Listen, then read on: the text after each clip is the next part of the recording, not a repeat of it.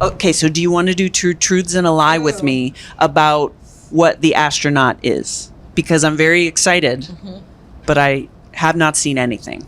Okay, I would love that. Two Truths and a Lie. Okay. The movie. Two truths.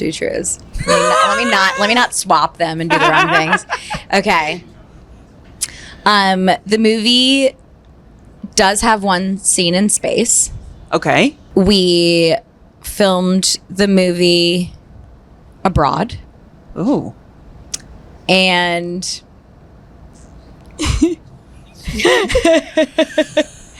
and we all love Laurence Fishburne. Okay. Uh-oh. Yeah. Okay. No. Okay. So that loving Laurence Fishburne is definitely a truth. That's correct. Yes. Okay. I don't need that is that was a layup. And then you filmed abroad. I feel like that is also going to be a truth. So a lie would be that you went into space to make the film. Am I correct? Please say yes. You are correct, and I'm very bad at this game. No. Okay, good. Actually, no, I'm just glad that I saw that as a lie. Thank you. Speaking of Laurence Fishburne, let's talk about... Oh, dream. Thank you. Absolutely. The Laurence Fishburne tea. What is he... what's your most, sort of memorable small moment with Laurence Fishburne? Because he is just a wealth of magic every time I've had the pleasure of sitting in the same room with him. But you guys are you wanna go. We all have You directed amazing him. stories about him. Oh my Please God. pick one. It's Laurence Fishburne time. Oh my God. We just we just spent so much time together talking about our experience in the business and bonding about being kid actors, good stories, like positive experiences in the business, and then also just like bonding about different films and experiences with different directors and actors. And really we probably spent hours just talking about it all. And he's so refreshing because he really does just love his job. All these years later, he loves it. And it's so nice to see, because that's not how everybody feels. You would think that it'd be easy for someone like that to be jaded. And the fact that he isn't. No, he's super alive and so generous with his knowledge. And when we wrapped the movie, our last day, he's like, me and you were going out for a beer tonight. And I assumed he was going to, I forget his assistant's name, really sweet guy as well. But I'm not going to have Laurence Fishburne wait for me. So I'm down in the lobby 20 minutes early. And he comes down by himself. I was like, well, where's your guy? He's like, no, man, just you and me. We got to go to an old man pub where we kind of quiet. And I was like, I know just the place. There's this we stayed on kind of Embassy Road near St. Stephen's Green. And there's this place called McDonough's right around the corner, which is just straight up old man pub. Everybody goes there after work. And we went outside and just had a 3-hour conversation about everything, and talks about Coppola and his everything. He calls him the fat man. He's like the fat man, and just this beautiful talk. I FaceTime Arnold because he and Arnold have the same birthday. They're both born on July 30th, so, and they worked together in Red Heat. They hadn't talked in a while, and so I kind of put them together and took this really cool photo of all of us in the pub and Arnold at home. And then these two jockeys, because there's a lot of horse people in Ireland, come up, and finally many people came up. He's like, no, I'm here with my friend, we're talking. But then after about 3 hours, he's like, okay, everybody's, in a few pints, everybody's just like, we had this big group of people, and there was these 4 jockeys who were all from Cork, who had hands like this. They could have been in our movie, but they just... sure, from holding the reins, and he was so sweet to everybody, and that, I'll carry that with my rest of my life. Those 3 hours were pretty special, yeah. I love that he used to be Larry, too. And I remember asking him one time, what made you make the change?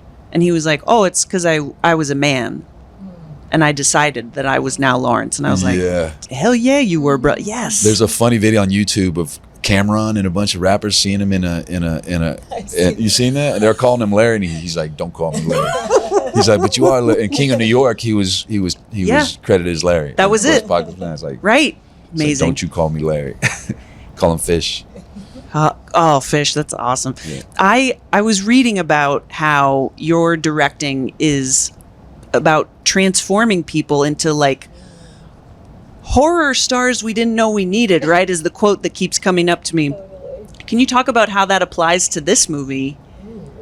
Right? Like, Oh, okay. I love this. Because Kate, am I wrong? Is this your first, technically, sort of first horror movie, or that's wrong? well, no Urban Legends Bloody Mary, madam. Yeah, How sorry, dare you? Jess. Okay. Look at me. Guess you didn't see Urban Legend. You can come Add over it to to my my house watch and list. watch it.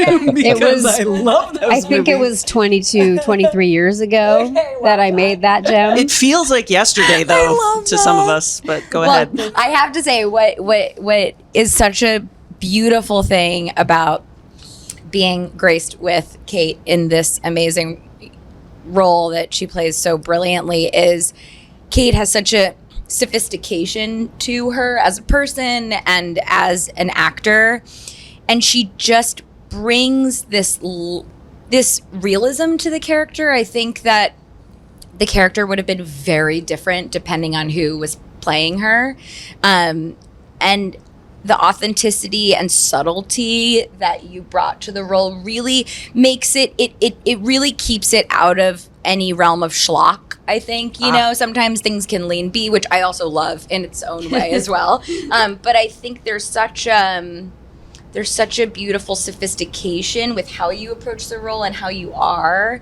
that really, I think, also helps the audience connect that much more to it because she just seems so real in the film, Thank you. which I love That's so so nice. much. Yeah, relatable. So what Yeah. you're saying is this movie's going to scare the shit out of me. Probably. 'Cause it's you real. might squeal a little bit, yeah. Because it's real. Well, and like, I feel like the last time you ended up in space didn't go great. The Martian. I think it went really well, actually. Did you watch the whole movie? But it's still not a comedy, no matter what anyone says. And what about you? When we got you finally in the skies, When was I in the sky? I don't think I feel like I was combing through your filmography and didn't fully see anything. Well, I was in. I guess I was almost in. I did rip the hull of a C-5 aircraft. Terminator, I guess. I don't know, but Okay. that's close as I've gotten That's to as space. close as you've I come. would love to play an astronaut. But So yeah. talk about this movie and tease us Well, with like some of the magic that we I get don't- to see without spoiling anything. Right.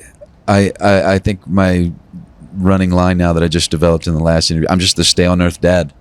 And that's it. That's all I can really tell you. Okay, fair enough. Got it. Yeah. Feet planted firmly on the ground for you? Yeah, yeah. Maybe a little too firmly. Uh-oh. yeah. If you ask me. Yeah. Y'all are really good at teasing this stuff because now I'm super intrigued. So, can you talk about like what's one of the biggest challenges that you faced sort of getting into the space genre? Because this is like a really beloved genre of film. So, like, what did you find to be the biggest challenge about doing something new, giving us something we haven't seen? Ooh, I love that question. I think to me it was sort of this question of how can we use the genre to talk about something that's very real and relatable to as many people as possible. Even with naming Kate's character Sam, I wanted the name even to be just sort of gender neutral. I wanted anyone to identify with her no matter what walk of life they came from. Obviously, as an astronaut, that seems like an unlikely thing, but Right. there's such a humanity and kind of seeing her Seem and her like really smart gods to most of us. Yeah, definitely. But I think, having that sort of grounded realism really just keeps everything super, super rooted and very relatable. Did you two ever like commiserate about being superheroes at all? Because it's like we got Ghost Rider, we got Sue Storm. Yeah, I don't know if we talked about it. No. No. Do you want to talk about it now? Yes. I don't have anything negative to say about it. I mean, I quite enjoyed it. experience is experience, and it's cool to be in, those worlds, Yeah, and it's you're part of a legacy too.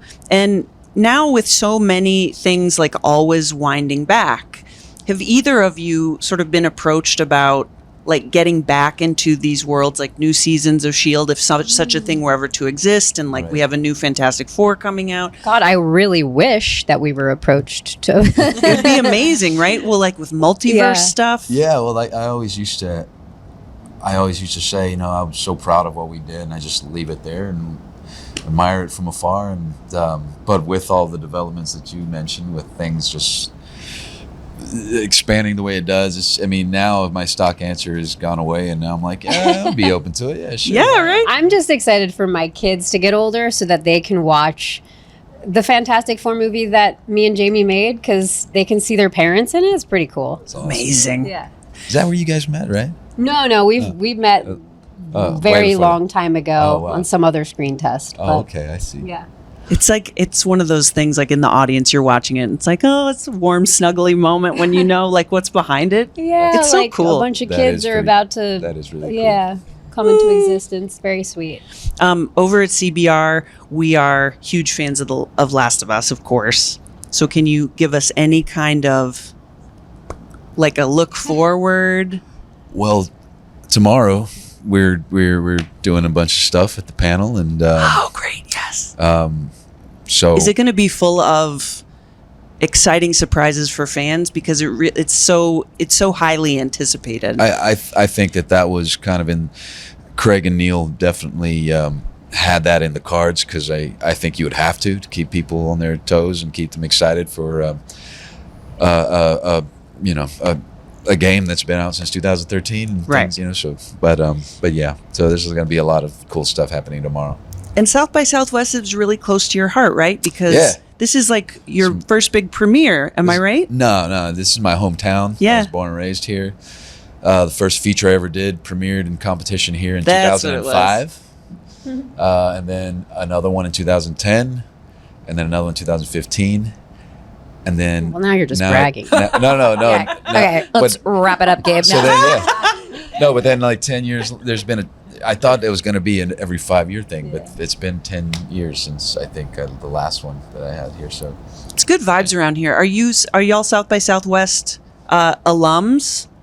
I've actually never been to the Yes, festival, first so I'm timer. so excited, and this is day one, so Yeah. I'm trying to soak up every minute. But I've only ever heard the absolute best things about the festival and the people and the experience. So Thankfully, I'm very you're sitting excited. next to a pro. I And then what know. about you? Weirdly, and actually, the queen of the festival, 2025. oh well, that's very kind. Cool. But no, Practice your LA queen Times. wave. the last time I was here, I just realized this is so strange. The last time I was here, I don't know how many years ago it was, over 5 years ago. I wasn't here with a movie. I was here weirdly with Bud Light, and I was interviewing an astronaut What? Whoa! about Was it his Buzz? new book coming out. Okay. And I was, because of The Martian, I was here sort of as like, I don't know, some sort of a representative. Nice. Thank you, Bud Light. But now here I am with a movie playing an astronaut. So there you go. CBR at South by Southwest. Thank you, Bud Light. Brought to you by Bud Light. I thought you said Buzz, because I met Buzz Aldrin one time, and he was wearing a shirt that had the moon on it, and in Star Wars font said "Finders Keepers." That's really funny. That's cool. I also love the 30 Rock version of Buzz Aldrin that's totally fictional, where he just yells at the moon, "Stupid moon, I walked on your face." But he was great. We were at I think Shane Black's party or something. We had they were having barbecue, and I just wanted to hang out with him. Totally. So I just went and got him a plate, and he's an old man just sitting there, and but he's just so smart and so clear and shrewd. But he told me something that blew my mind. I was like, "So you've been to my home orb?" And he's like, "What are you talking about?" I was like, "Oh, it's a stupid joke. My last name's Luna." And he's like, and then he just looks, he stares off, and then he's like, "Well, no, there's nothing up there. It's the most desolate place I've ever seen." and it's just the fact that he told in the first person this Wow. that I've ever seen just kind of blew my mind. But, Damn. Plus, like, that's an exclusive. Buzz Aldrin, not good at improv. He did not yes and you. oh yeah, no, he's He's like, it's a actually. scientist. It's actually desolate and dead. No. I hope There's nothing and out there. Fascinating. And I hope that, many years from now when we're all talking about The Astronaut, after I've finally seen it, you also can have that 1,000-yard stare and just answer all my questions in the exact same way. So thank y'all for being here. Yeah, Thank you thank so you. much. Nice to meet you.